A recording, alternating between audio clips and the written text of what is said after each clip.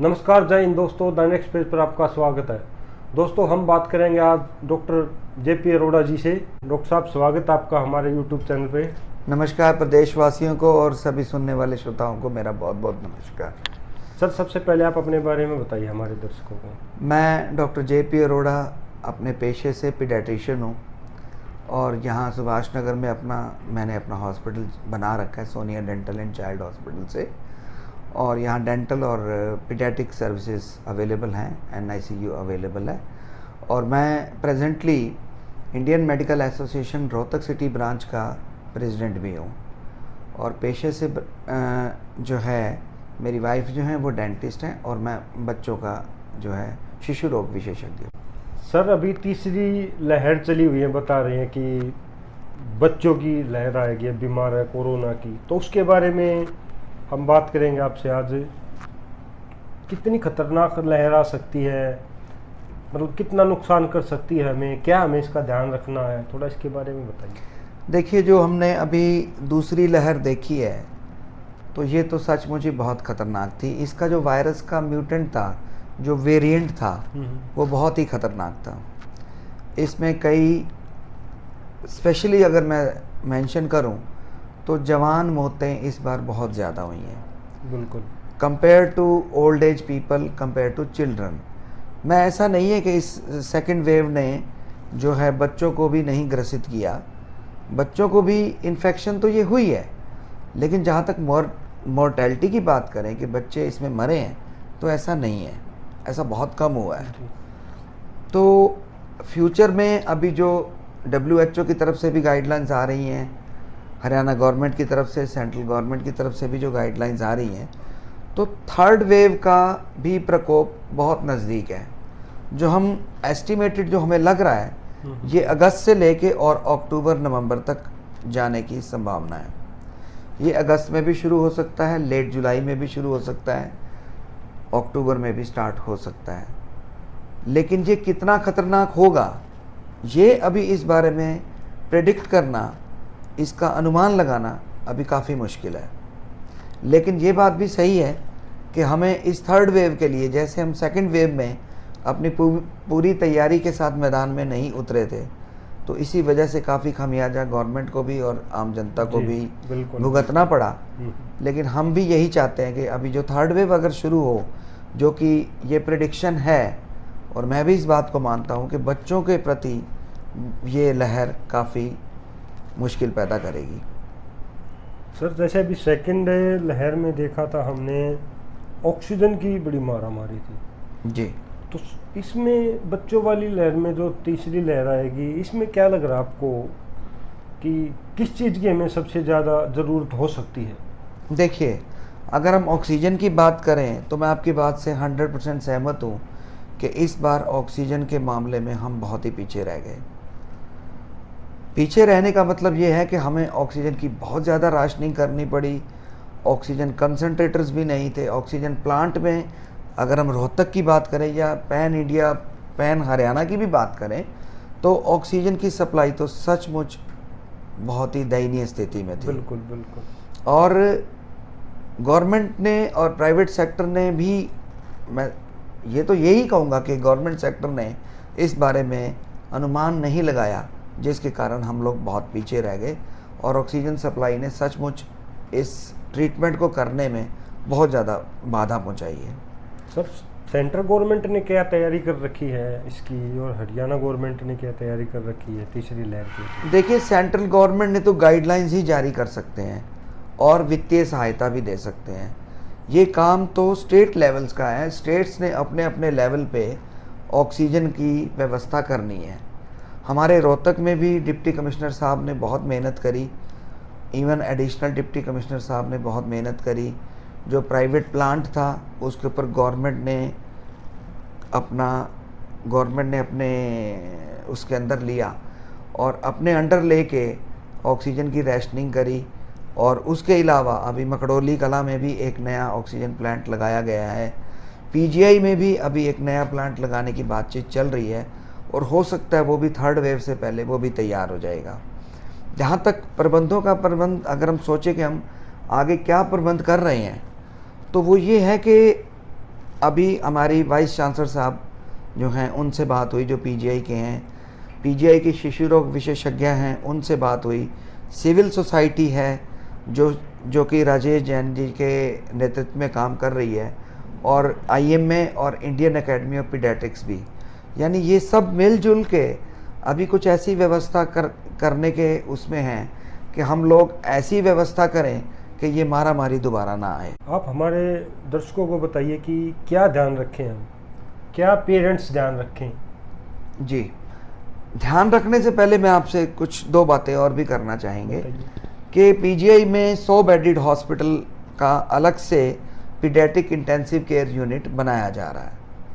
उसमें कुछ एक पीडियाट्रिक इंटेंसिव केयर यूनिट यानी उन बच्चों के लिए जो कि बहुत ज़्यादा संक्रमित हो गए या जिनके लंग्स बहुत ज़्यादा अफेक्ट हो गए, और कुछ बेड्स ऑक्सीजन के ऐसे रखे जा रहे हैं जिसमें सिर्फ जो मॉडरेट केसेस बोलते हैं, इसको हम 3 कैटेगरी में डिवाइड कर सकते हैं, माइल्ड, मॉडरेट और सिवियर। माइल्ड मतलब वो बच्चे जिनको जस्ट थोड़ा बहुत खांसी जुकाम हुआ, हल्का फीवर हुआ, जिनको ऑक्सीजन की कतई ज़रूरत नहीं पड़ी और वो घर पे ही ठीक हो गए। मॉडरेट मीन्स जिनको माइल्ड होते हुए या तो वो मॉडरेट कैटेगरी में चले गए या डायरेक्टली मॉडरेट कैटेगरी में आ गए। मॉडरेट मीन्स वो कैटेगरी जो कि सीवियर की तरफ भी जा सकती है, जो कि माइल्ड की तरफ वापस भी जा सकती है। बीच वाली कैटेगरी जिसमें हमें ऑक्सीजन कंसर्न, ऑक्सीजन सप्लाई और पल्स ऑक्सीमीटर्स, आईवी फ्लूइड्स, ये सब चीज़ों का हमें प्रबंध करना पड़ेगा। बाईपैप का प्रबंध करना पड़ेगा। अगर बाईपैप पे बच्चा ऑक्सीजनेशन अपने ब्लड की मेंटेन नहीं कर पाता तो हमें उसको सीवियर केस मानना पड़ेगा। उस केस में फिर हमें इंटेंसिव केयर की ज़रूरत पड़ती है जी। तो उस लेवल पे भी ये काम किया जा रहा है। आईएमए अपने लेवल पे भी काम कर रहा है और प्राइवेट सेक्टर्स के साथ और गवर्नमेंट के साथ कंधे से कंधा मिला के अभी इस सब चीज़ों की व्यवस्था करने में हम प्रयासरत हैं, और हमें लगता है कि ये प्रयास हमारा बिल्कुल कामयाब होगा। उसमें हम क्या कर रहे हैं कि प्राइवेट सेक्टर के हॉस्पिटल्स कुछ एक हैं, उनको हम चुन रहे हैं जिनको हम पीडियाट्रिक इंटेंसिव केयर यूनिट के नाम से वो चलेंगे, और उसमें इंटेंसिविस्ट होंगे और पीडियाट्रिशियंस होंगे यानी शिशु रोग विशेषज्ञ होंगे, ट्रेंड स्टाफ होगा, ताकि कोई भी बच्चा उस हॉस्पिटल में जाके उसको सही तरीके से इलाज मिले। बाकी बचाना और ना बचाना ये तो भगवान के हाथ में। बिल्कुल। जैसे अगला प्रश्न जो आपने मेरे से किया वो ये किया कि हमें क्या करना चाहिए। देखिए, इसको थोड़ा सा मैं विस्तार में बोलूँगा कि जिस हिसाब से ये वैक्सीनेशन ड्राइव चल रहा है, तो मुझे उम्मीद है कि 3rd वेव आने से पहले एडल्ट्स तो वैक्सीनेशन हो जाएगा। बिल्कुल। एडल्ट्स का वैक्सीनेशन लगभग यूँ मान के चले 70-80% तक हम पहुँच जाएंगे। अब रह जाएंगे बच्चे जिनके लिए अभी वैक्सीन अप्रूव नहीं हुई। ये एक बहुत बड़ी समस्या है क्योंकि अभी बच्चों के ऊपर ट्रायल्स शुरू हुए हैं। अब ये वैक्सीन अप्रूवल के लिए डीसीजीआई या सुप्रीम बॉडी इसको अप्रूव इमरजेंसी यूज़ के लिए कब स्टार्ट करवाएगी, ये अभी कह पाना बहुत मुश्किल है। और ये भी प्रिडिक्ट करना बहुत मुश्किल है कि 3rd वेव बहुत ज़्यादा आएगी या हो सकता है कारवां बन के धीरे से निकल भी जाएगी। बिल्कुल सही बात। तो इस व्यवस्था पे हम बहुत ज़्यादा ध्यान दे रहे हैं, कोशिश कर रहे हैं कि इस बार हफरा तफरी ना मचे। तकरीबन हर हॉस्पिटल 5 से 7 बेड अपने पीडियाट्रिक अपना जो है इंटेंसिव केयर यूनिट बनाए, ऑक्सीजन बेड्स बनाए, और हम तैयार कर रहे हैं पीडियाट्रिशियंस को रोहतक के कि वो भी कोविड के इस अगर 3rd वेव में बच्चे ज़्यादा अफेक्ट होते हैं तो अपने आप को तैयार रखें, ताकि जनता जो हमारी बहुत ही परेशान है, जो 2nd वेव में बहुत दुखी हुई, उनको इस तरीके का किसी भी तरीके की प्रॉब्लम का सामना ना करना पड़े। और बच्चों में मृत्यु दर मैं विश्वास दिलाता हूँ हम लोग कोशिश करेंगे जो इस बार हुआ है वो नहीं होगा।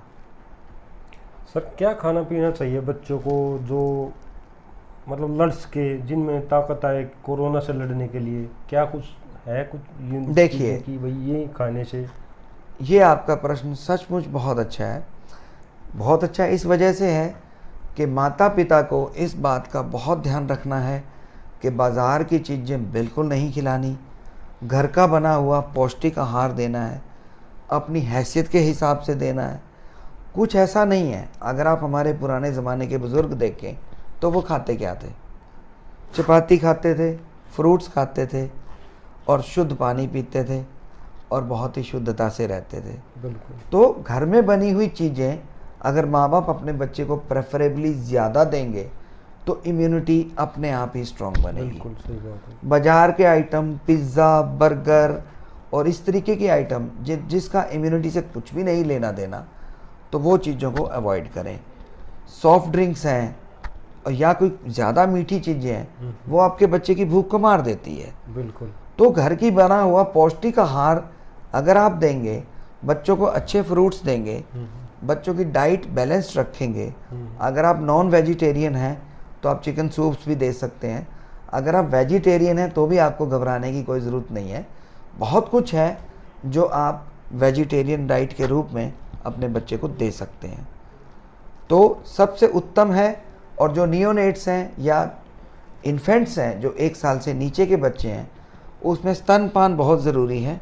माताएं अपने बच्चों को स्तनपान करवाएं और जैसे ही 6 महीने का बच्चा हो जाता है तो इसमें वीनिंग बोलते हैं, मतलब बच्चे को दाल का पानी, चावल का पानी, दूध में केला, दूध में बिस्किट्स, थोड़ी थोड़ी मात्रा में फ्रूट्स, इस तरीके की अगर आइटम्स बच्चे को दी जाएंगी तो इम्यूनिटी अपने आप स्ट्रॉन्ग रहेगी। एक कंसेप्ट 1 साल तक विटामिन डी देने का है, वो भी 400 इंटरनेशनल यूनिट्स बच्चे के पैदा होते ही हम 1 साल तक बच्चे को देते हैं। वो भी कुछ ना कुछ हद तक प्रूव किया गया है कि ये भी कुछ इम्यूनिटी रेज करता है। वो भी दें। बच्चों को calcium, potassium, sodium rich diet देंगे, प्रोटीन रिच डाइट देंगे और सबसे बड़ी बात बैलेंस डाइट देंगे, तो किसी भी इम्यूनिटी बूस्टर्स की बच्चों को कोई ज़रूरत नहीं है। अच्छा, जो हमारी माताएं बहनें प्रेग्नेंट हैं, जो उनके पेट में बच्चा है, उसको भी कुछ खतरा हो सकता है कोरोना से? हाँ, बिल्कुल हो सकता है।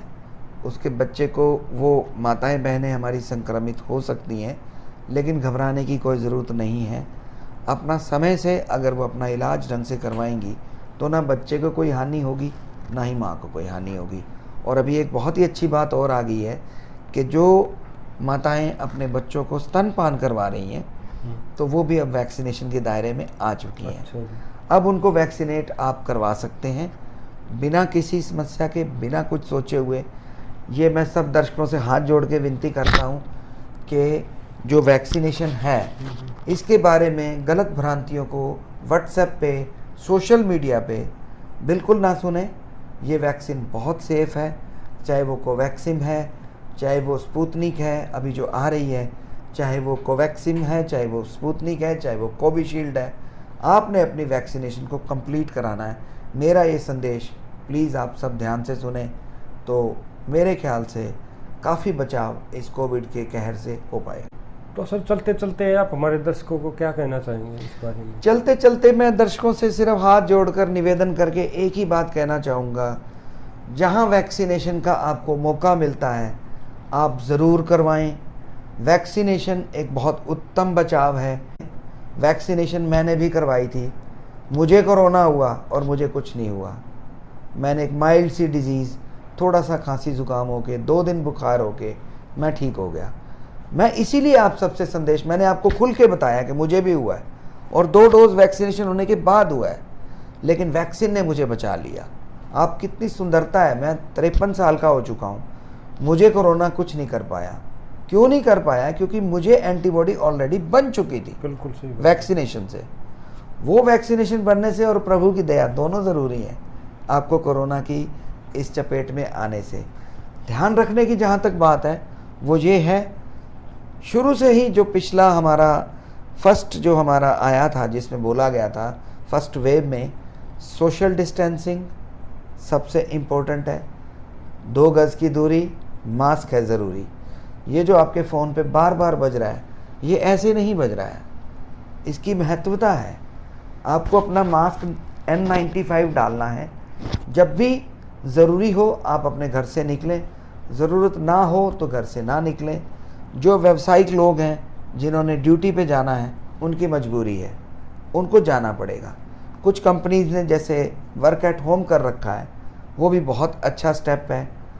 और इसके अलावा अगर आप सोशल डिस्टेंसिंग रखेंगे, मास्क रखेंगे, बार बार हाथों को धोएंगे और सैनिटाइज करेंगे, अगर घर में किसी को कोरोना हो गया है, अगर आप उस पेशेंट को, उस घर के सदस्य को क्वारंटीन कर देंगे, यानी बाकी सदस्यों से अलग कर 5-10 दिन अलग कर देंगे और उनके लिए अलग जगह खाना जाएगा, अलग कमरे में रहेंगे, तो ये समस्या का समाधान तो हुआ पड़ा है। अब ये सब आपके हाथ में है, आप क्या चाहते हैं, क्या करना चाहते हैं और आप अपनी ज़िंदगी को किस तरीके से आगे बढ़ाना चाहते हैं। धन्यवाद। Thank you sir. तो दोस्तों अभी आपने देखा डॉक्टर साहब ने हमें बताया। Thank you. जय हिंद दोस्तों, मिलते हैं द नेक्स्ट पेज पर। आप चैनल को लाइक सब्सक्राइब ज़रूर करना। थैंक यू दोस्तों। धन्यवाद। सभी प्रदेशवासियों को मेरा नमस्कार।